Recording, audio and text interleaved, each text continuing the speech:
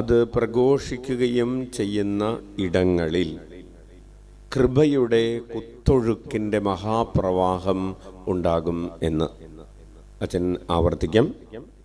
ഈശോയെ ആരാധിക്കുമ്പോൾ സ്ഥലത്ത് ഈശോയുടെ ഈ സ്നേഹ കൂദാശയിലുള്ള ഈശോയുടെ ഈ യഥാർത്ഥത്തിലുള്ള സാന്നിധ്യത്തെ അംഗീകരിക്കുന്ന ഇടങ്ങളിൽ, ആരാധിക്കുന്ന ഇടങ്ങളിൽ അവിടുത്തെ കൃപയുടെ കുത്തൊഴുക്ക്, ആ കുത്തൊഴുക്കിൻ്റെ മഹാപ്രവാഹത്തിൻ്റെ തരംഗങ്ങൾ, കുത്തൊഴുക്കിൻ്റെ മഹാതരംഗങ്ങൾ അവിടെ നിന്ന് ഉണ്ടാകുമെന്ന് കൈയടിച്ച് കർത്താവിന് നന്ദി പറയാം.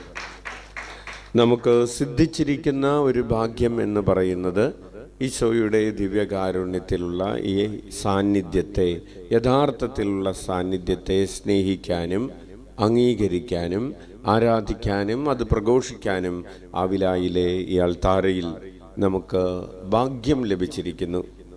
അതുകൊണ്ട് ഈശോയുടെ വാഗ്ദാനമനുസരിച്ച് ഈ അൾത്താരയിൽ നിന്ന് നമുക്കറിയാം, എല്ലാ ദേവാലയത്തിലും ദിവ്യകാരുണ്യ സാന്നിധ്യമുണ്ട്. പക്ഷേ എല്ലാ ദേവാലയത്തിലും ഈശോയുടെ സാന്നിധ്യം ഒരുപോലെയാണെങ്കിലും ഈശോ ആരാധിക്കപ്പെടുന്നത് ഒരുപോലെയല്ല. റൈറ്റ്? ഈശോയെ നിരന്തരം ഈശോ ദിവ്യകാരുണ്യത്തിലുള്ള ഈശോയുടെ സാന്നിധ്യത്തെ ഞായറാഴ്ച മാത്രം പള്ളി തുറന്ന് ആരാധിക്കുന്നവരുണ്ട്. അല്ലെങ്കിൽ കാലത്ത് കുർബാനയ്ക്ക് ശേഷം, പള്ളി അടച്ചതിന് ശേഷം പിറ്റേ ദിവസം കാലത്ത് കാണാം,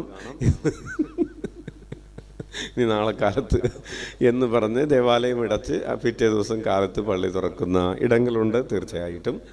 പക്ഷേ നമുക്ക്, അതാണ് അച്ഛൻ ആദ്യം പറഞ്ഞത്, നമുക്ക് കൈവന്നിരിക്കുന്ന ഒരു സൗഭാഗ്യമെന്ന് പറയുന്നത് രാവിലെ മുതൽ രാത്രി വരെ, പ്രഭാതം മുതൽ രാത്രി വരെ കർത്താവിനെ ഇങ്ങനെ ആരാധിക്കുന്ന ഒരു ഇടം നമുക്ക് ലഭിച്ചിരിക്കുന്നു.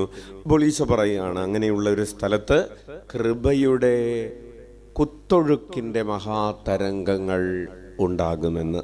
ഒരിക്കൽ കൂടെ കൈയടിച്ച് നന്ദി പറയാം.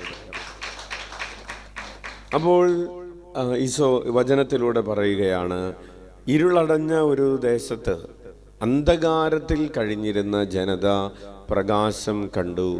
നമ്മൾ ജനിച്ചപ്പോൾ മുഴുവൻ കേട്ടുകൊണ്ടിരിക്കുകയാണ് അല്ലേ? അന്ധകാരത്തിൽ കഴിഞ്ഞ ജനത പ്രകാശം കണ്ടു. അപ്പോൾ ഇവർ കഴിഞ്ഞിരുന്ന അന്ധകാരം എന്താണ്? ഗലീലയിലെ അന്ധകാരം എന്തായിരുന്നു എന്ന് ചോദിച്ചാൽ അതിന് പല തലങ്ങളുണ്ട്. ഒന്ന്, ഒരു മതപരമായ ഒരു അന്ധകാരം.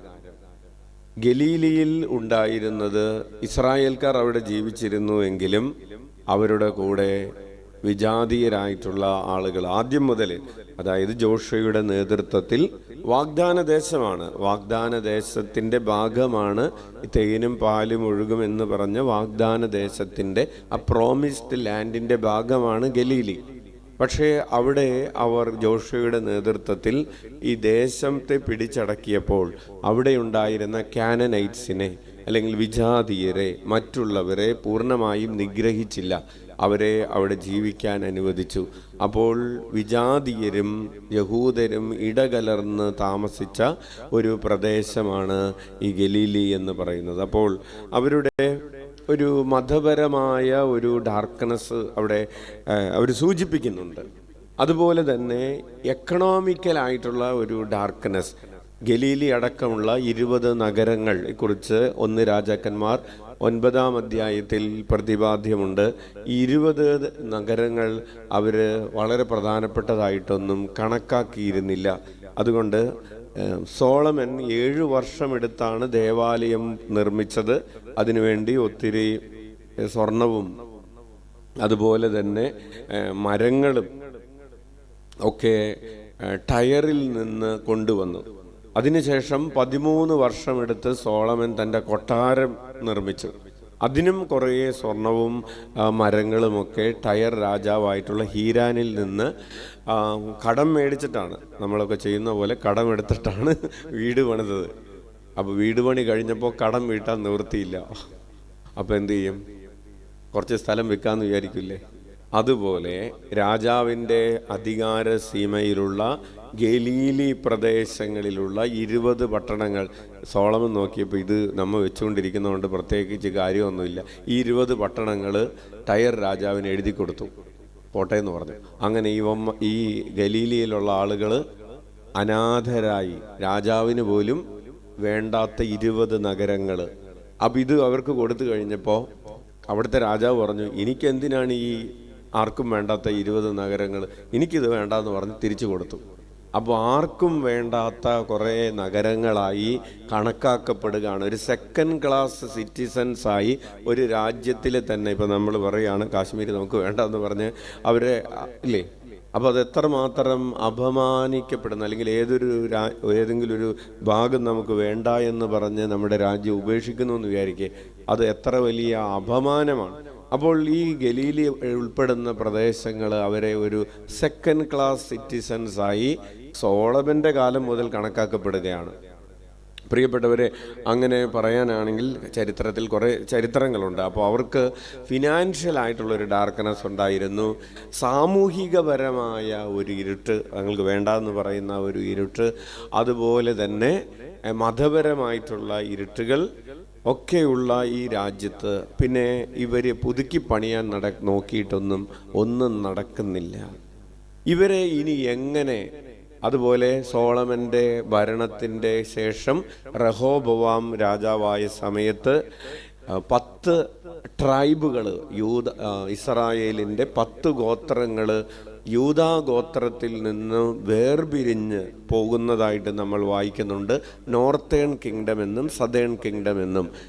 യൂദയും ജെറൂസലേം ഈ 2 നഗരങ്ങൾ ഒഴിച്ച് ബാക്കിയുള്ളതെല്ലാം ഗലീലി അടക്കം നോർത്തേൺ കിങ്ഡത്തിലേക്ക് പോവുകയും പിന്നെ അവർ വിഗ്രഹാരാധകരായി മാറുകയും. അപ്പോൾ ഒരു ആത്മീയമായ ഒരു റിലീജിയസ് ഡാർക്ക്നെസ്, മതപരമായ ഡാർക്ക്നെസ് മാത്രമല്ല, ആത്മീയമായ ഒരു ഇരുട്ട് അവരിൽ വ്യാപിക്കുകയും ഒക്കെ ചെയ്തു. അതൊരു വിഗ്രഹാരാധനയുടെ ദേശമായി മാറി.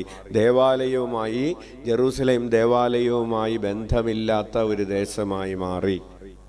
അപ്പോൾ ഇതിൽ നിന്നെല്ലാം ഇപ്പോൾ നമ്മൾ സുവിശേഷത്തിൽ വായിച്ചതുപോലെ ഈശോ പിന്നെ ഈ നഗരത്തെ, അല്ലെങ്കിൽ യഹൂദ വംശത്തെ, രക്ഷയെ റിസ്റ്റോർ ചെയ്യാൻ ആരംഭിക്കുന്നത് എവിടെ നിന്നാണ്? ആർക്കും വേണ്ടാത്ത, എല്ലാവരാലും അവഗണിക്കപ്പെട്ട ഒരു സ്ഥലത്ത് നിന്ന് ഈശോ ആരംഭിക്കുകയാണ്. അവിടെയുള്ള ആളുകളെ ഒരുമിച്ച് കൂട്ടി അവരെ തന്നെ ചേർത്ത് നിർത്തി, അവരെയും കൊണ്ട് അതാണ് സെക്കൻഡ് ക്ലാസ് ആയിട്ടുള്ളവരെ, അല്ലെങ്കിൽ അവഗണിക്കപ്പെട്ടവരെ തൻ്റെ കൂടെ ചേർത്ത് നിർത്തി ഈശോ ഒരു പട നയിക്കാൻ തുടങ്ങുകയാണ്. ഈശോ ഗലീലിൽ പ്രത്യക്ഷപ്പെട്ടിട്ട് പറയുകയാണ്, നിങ്ങൾ ആരെയും നോക്കണ്ട, നിങ്ങൾ എന്നെ നോക്കിയാൽ മതി. സോളമനെ നോക്കണ്ട, സോളമനേക്കാൾ വലിയവൻ ഇവിടെയുണ്ട്. നിങ്ങളെ ഉപേക്ഷിച്ചവരെ നോക്കണ്ട, നിങ്ങളെ പരിത്യജിച്ചവരെ നോക്കണ്ട, നിങ്ങളെ അടിച്ചമർത്തിയവരെ നോക്കണ്ട, നിങ്ങളെ പിടിച്ചെടുത്തവരെ നോക്കണ്ട. ഈ ഗലീലി പ്രദേശം കുറേ നാൾ സിറിയ രാജ്യത്തിൻ്റെ അധീനതയിലായിരുന്നു.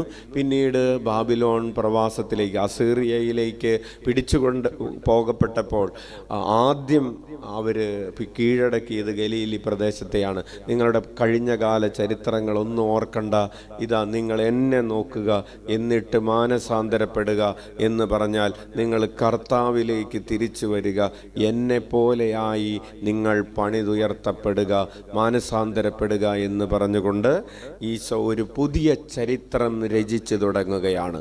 ഈശോ ഒരു പുതിയ പുസ്തകം ഗലീലി പ്രദേശത്തിന് വേണ്ടി എഴുതുകയാണ്.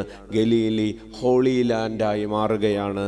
ഈശോയുടെ സാന്നിധ്യം ഈശോ ജീവിച്ച സ്ഥലത്തെ ഹോളി ലാൻഡാക്കി മാറ്റി. ആ സ്ഥലം അവഗണിക്കപ്പെട്ട സ്ഥലമാണ്. ഡാർക്ക്നെസ്സിൻ്റെ, അന്ധകാരത്തിൻ്റെ സ്ഥലത്തെ ഈശോ പ്രകാശത്തിൻ്റെ ഇടമാക്കി മാറ്റി. കൈയടിച്ച് നന്ദി പറയാം. ഇന്ന് നമ്മൾ ഹോളി ലാൻഡ് എന്ന് പറഞ്ഞ് ഗലീലിയിലേക്ക് പോവാണ്, അല്ലേ? ഹല്ലേലൂയ. അപ്പോൾ ഈശോയുടെ സാന്നിധ്യത്തിന് ഒരു ദേശത്തെ രൂപാന്തരപ്പെടുത്തിയെടുക്കാൻ കഴിഞ്ഞു. ഇന്ന് നമ്മൾ ഈ ശുഭരാത്രി വചന ശുശ്രൂഷ, ഈ വചന വിചിന്തനം അവസാനിപ്പിക്കുമ്പോൾ ചോദിക്കുന്ന ചോദ്യം ഇതാണ്: എൻ്റെ സാന്നിധ്യത്തിന് ആരുടെയെങ്കിലും ജീവിതത്തെ, തളർന്നു കിടക്കുന്ന ആരുടെയെങ്കിലും ജീവിതത്തെ, തകർന്നു കിടക്കുന്ന ഏതെങ്കിലും ഒരു കുടുംബത്തെ തകർച്ചയിൽ നിന്ന് കരകയറ്റാൻ കഴിയുമോ? ഇരുട്ടിൽ കിടക്കുന്ന ഏതെങ്കിലും ഒരു മനുഷ്യനെ വെളിച്ചത്തിലേക്ക് കൊണ്ടുവരാൻ കഴിയുമോ? അശുദ്ധമായ ഒരു ഹൃദയത്തെ വിശുദ്ധമായ ഒരു ഹൃദയമാക്കി, അൺഹോളി ആയിട്ടുള്ള ഒരു ഇടത്തെ ഹോളി ലാൻഡാക്കി, ഹോളി പ്ലേസ് ആക്കി, ഹോളി ഹാർട്ടാക്കി എനിക്ക് മാറ്റാൻ കഴിയുമോ? അങ്ങനെ മാറ്റാൻ കഴിയുന്നതാണ്. ഈശോയുടെ പിന്തുടർച്ചക്കാരാണ് നമ്മൾ. നമ്മുടെ ഈശോയുടെ പിന്തുടർച്ച അവകാശികളാണ്. എന്തിൻ്റെ അവകാശം? അപ്രകാശത്തിൻ്റെ അവകാശം, സ്നേഹത്തിൻ്റെ പ്രകാശം, സത്യത്തിൻ്റെ പ്രകാശം, വചനത്തിൻ്റെ പ്രകാശം, ക്ഷമയുടെ, ദയയുടെ, കരുണയുടെ പ്രകാശം കൊണ്ട് നമ്മുടെ ജീവിക്കുന്ന ഇടത്തെ നമ്മൾ ഹോളി